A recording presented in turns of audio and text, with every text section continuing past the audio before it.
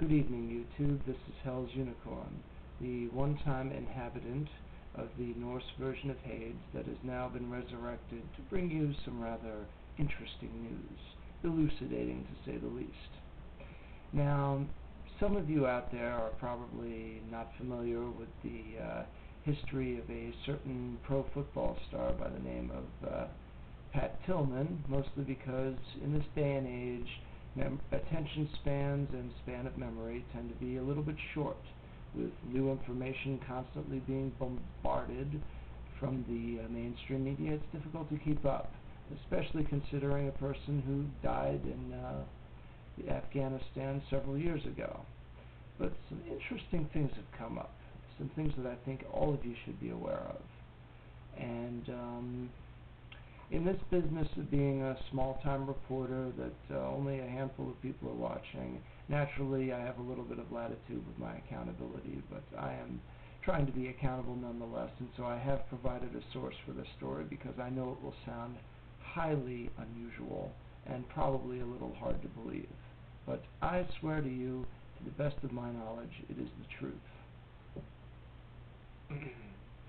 This article was provided to me by Isolated Soul, and he can be found on MySpace, and this is one of his bulletins, and this is linked to a website that I have on the details of this video in the description, so feel free to click on the link and check for yourselves. New evidence clearly indicates Pat Tillman was executed. Army medical examiners concluded Tillman was shot 3 times in the head from just 10 yards away. No evidence of friendly fire damage at the scene, and Army attorneys congratulated each other on the cover-up. Wesley Clark concludes orders came from the very top to murder pro football star because he was about to become an anti-war political icon. Astounding new details surrounding the death of Pat Tillman clearly indicate the top brass decided to execute the former football star in cold blood to prevent him from returning home and becoming an anti-war icon. These same criminals then engaged in a sophisticated conspiracy to create a phony friendly fire cover story, which was then, hence, gobbled up by the media. Shocking new facts emerged about the case last night, but were bizarrely underplayed by the Associated Press under nondescript headlines like "New details on Tillman's death, a complete disservice to the horrific implications that the new evidence carries." Army medical examiners were suspicious about the close proximity of the 3 bullet holes in Pat Tillman's forehead and tried without success to get authorities to investigate whether the former NFL star had death amounted to a crime, according to documents obtained by the Associated Press. The medical evidence did not match up with the scenario as described. A doctor who examined Tillman's body after he was killed on the battlefield in Afghanistan in 2004 had told investigators. The doctors, whose names were blacked out, said that the bullet holes were so close together that it appeared that the Army Ranger was cut down by an M16 fired from a mere 10 yards or so away. The report also states that no evidence at all of enemy fire was found at the scene. No one was hit by enemy fire, nor was any government equipment struck. The article also reveals that Army attorneys sent each other congratulatory emails for keeping criminal investigators at bay as the Army conducted an internal friendly fire investigation that resulted in administrative or non-criminal punishments. So there was no evidence whatsoever of friendly fire, but the ballistics data clearly indicated that the 3 headshots had been fired from just 10 yards away, and then the Army tried to concoct a hoax friendly fire story and sent gloating, backslapping emails congratulating each other on their success while preventing the doctors from exploring the possibility of murder. How can any sane or rational individual weigh this evidence and not come up to the conclusion that Pat Tillman was deliberately gunned down in cold blood? The evidence points directly to it, and the motivation is clear.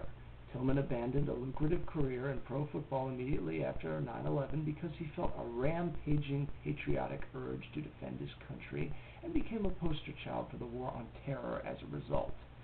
But when he discovered that the invasion of Iraq was based on a mountain of lies and deceit that had nothing to do with defending America, he became infuriated and was ready to go home to become an anti-war hero. As far back as March 2003, immediately after the invasion, Tillman famously told his comrade, Russell Baer, "You know, this war is so fucking illegal," and urged his entire platoon to vote against Bush in the 2004 election. Far from the gung-ho gruff stereotype attributed to him, Tillman was actually a fiercely intellectual man, with the courage of his convictions firmly in place. Tillman had even begun to arrange meetings with anti-war icons like Noam Chomsky upon his return to America before his death cut short any aspirations of becoming a focal point for anti-war sentiment.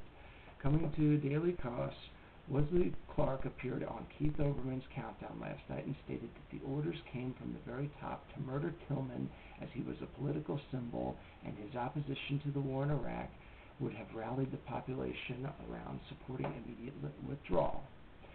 The notion that the U.S. government gave orders for Army top brass to execute Pat Tillman in cold blood is the most damaging indictment of the Iraq War since it began, trumping the lies about weapons of mass destruction tenfold. But if the establishment media continues to soft pedal and steam valve one of the biggest stories of the century, its impact will be completely diluted. It is up to us to make this story go viral, because the implications are so dire that they could act as the final death knell for this blood-soaked and illegal occupation of Iraq and become the clarion call to bring the troops home. Now, as some of you may have gleaned, I'm a little bit something of a curious person, and I tend to wonder about certain things. Now, Tillman, from this description, seems to be a pretty smart individual, so I'm pretty certain that he probably didn't do a whole lot of blabbing to his superiors regarding his own personal views on the Iraq War, and it's pretty safe to say that most of the people that he talked to were close friends, so they probably wouldn't have ratted him out. So how did the top brass or the administration get information that he held these views? It doesn't seem logical, although it is possible, that he would have alerted his superiors to this himself. I want to take your attention back to something earlier in this article. Tillman had even begun to arrange meetings with anti-war icons like Noam Chomsky. Ladies and gentlemen, I haven't really given my opinion on Noam Chomsky very much, but I have linked also in the description a little blog about Noam Chomsky. And I cannot verify this yet because this is just a hunch. All right, don't quote me on this, or you can quote me, but quote me in context. I wonder, due to Noam Chomsky's connection with the CIA and his status as a left-wing gatekeeper, a defender of the CFR and all of these other organizations that are pushing for one world government and the North American Union, I wonder if maybe he had something to do with alarming the authorities, particularly the administration, of telling them, informing on Mr. Tillman, so to speak.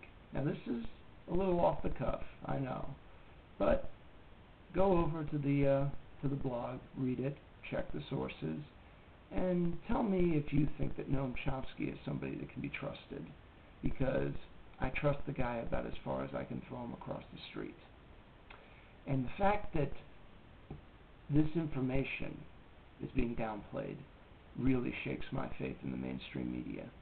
This is very bad and very scary. Take from it what you will. I'm sure there will be armies of brain-dead Bushites and neo-libs supporting Clinton or Obama that will think that I'm completely out of my mind. Well, you know what? Fire away. I love a good scrap. With prudence to myself and benevolence to all of you, good evening.